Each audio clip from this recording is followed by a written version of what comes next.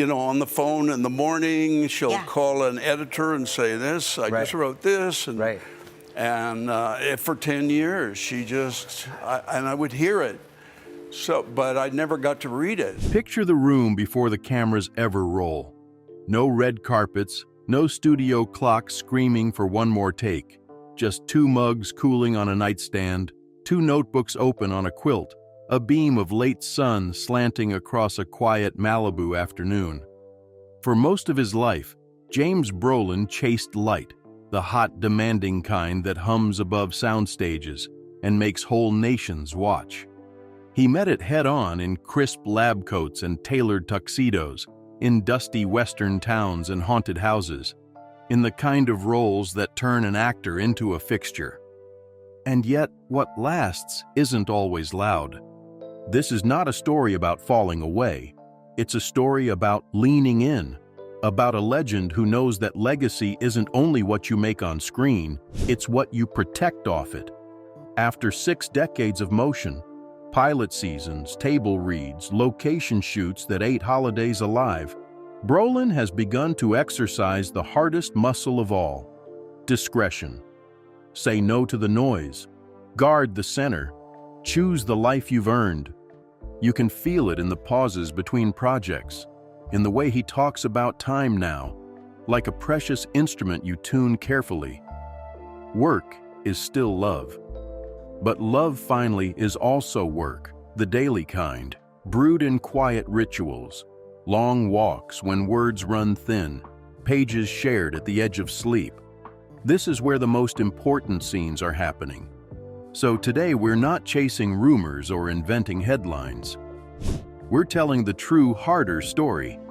How a kid named Craig learned to endure, how the actor called James learned to transform, and how the man has learned, at last, to keep the best parts of his life for the one place the spotlight can't reach.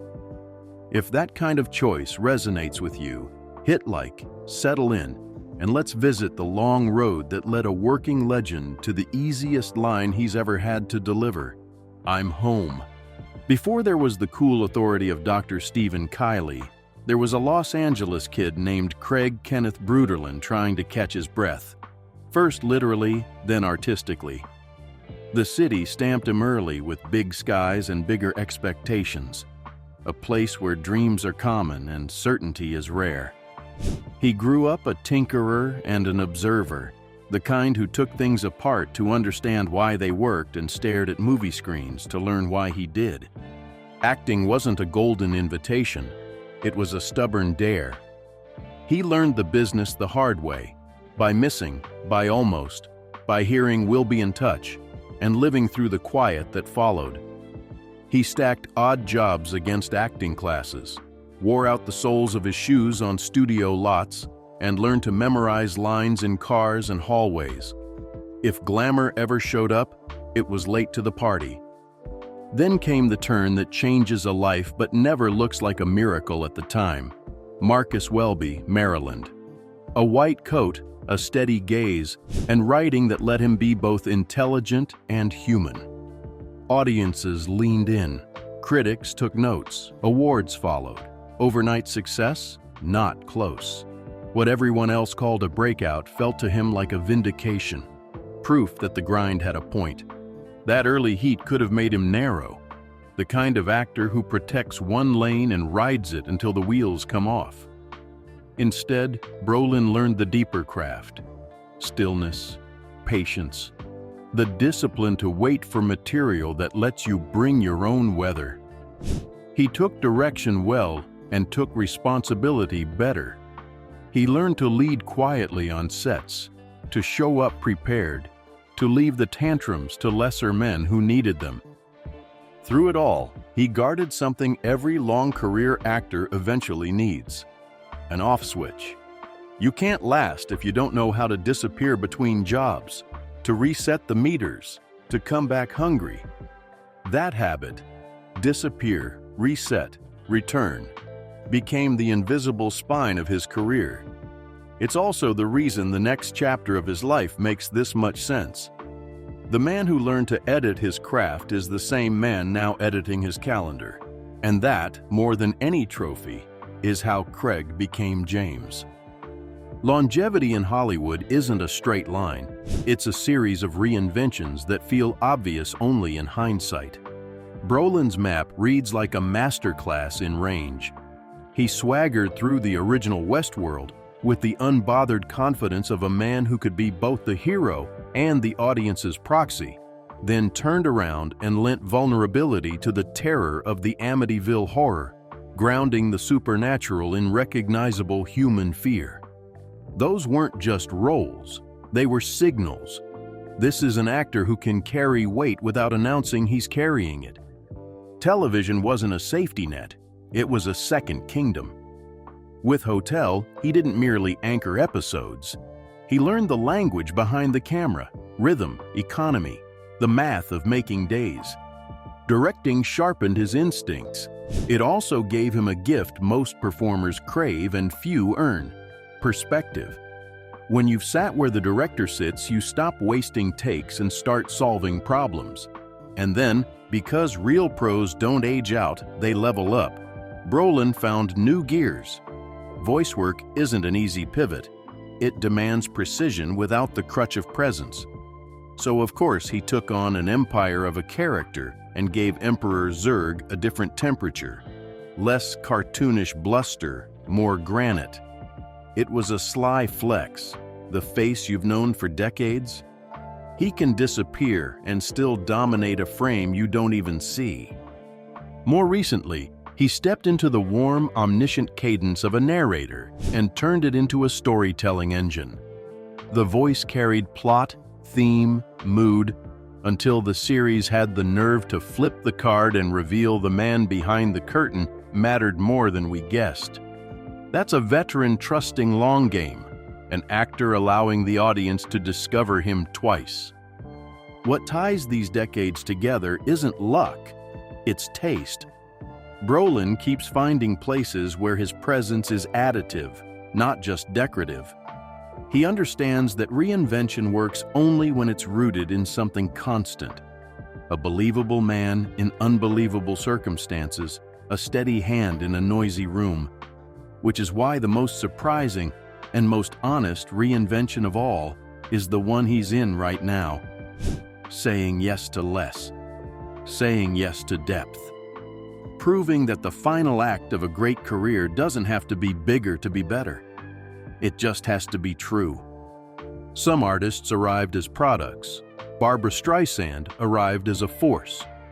Long before the name became a headline or a shorthand for excellence, there was a Brooklyn girl with a voice that sounded like proof. Proof that pain can be tuned, that longing can be shaped, that willpower can carve a stage out of thin air. Where most people wait for permission, she wrote her own pass. It wasn't bravado. It was survival with perfect pitch. The early rooms weren't kind. They judged the angles, the vowels, the audacity, but every no met a countermeasure: craft. She learned the song until she learned it. She stood under heat that would buckle ordinary resolve and refuse to melt. The great irony of Streisand is that the things people tried to stand down, her sound, her honesty, her refusal to decorate the truth, became the signature the world could not forget. Then came the run the industry still talks about in cautious tones.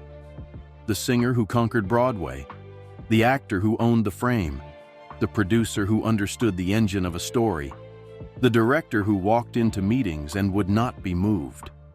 When the doors didn't open, she built a new address. When the system could not imagine a woman helming her own vision, she did it anyway, and in doing so, gave every woman after her a map. Power didn't soften her, but it did broaden the canvas. She turned personal grit into public good, championing causes that don't trend but do save lives. She stood up for the overlooked and insisted that research, budgets, and attention include women not as an afterthought, but as a baseline.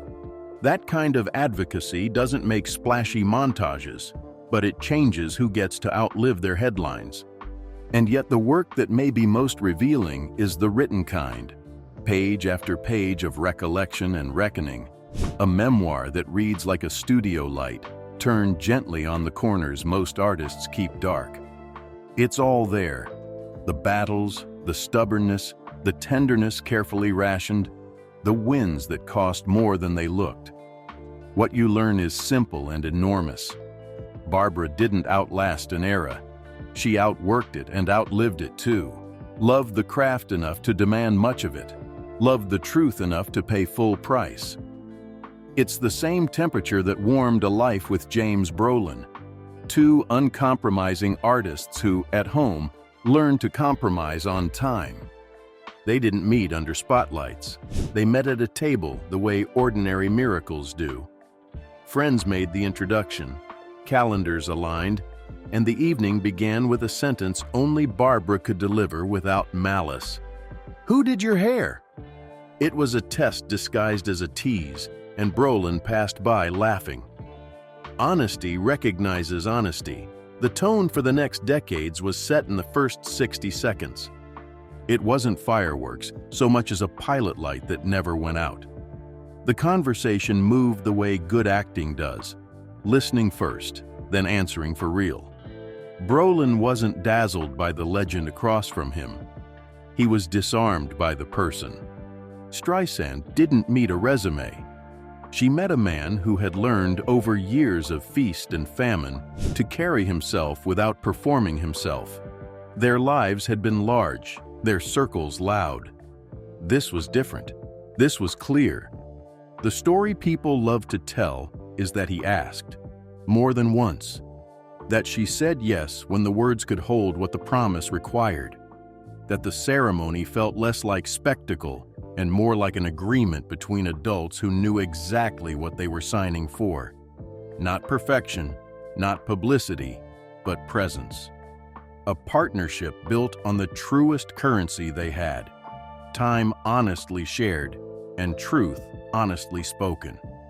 If you want the secret sauce, it isn't mysterious. They've spoken about it openly because it isn't glamorous. When tension rises, they walk. Not out, but around the block, side by side, until the static drains and language returns. When schedules swell, they protect small rituals that tether them, reading in the same room, comparing notes on a script or a melody, trading edits like postcards from two distinct countries that share a border. What you sense, looking back, is how quickly they understood the terms. Fame is a rental. Intimacy is a mortgage. You pay it every day or you lose the house.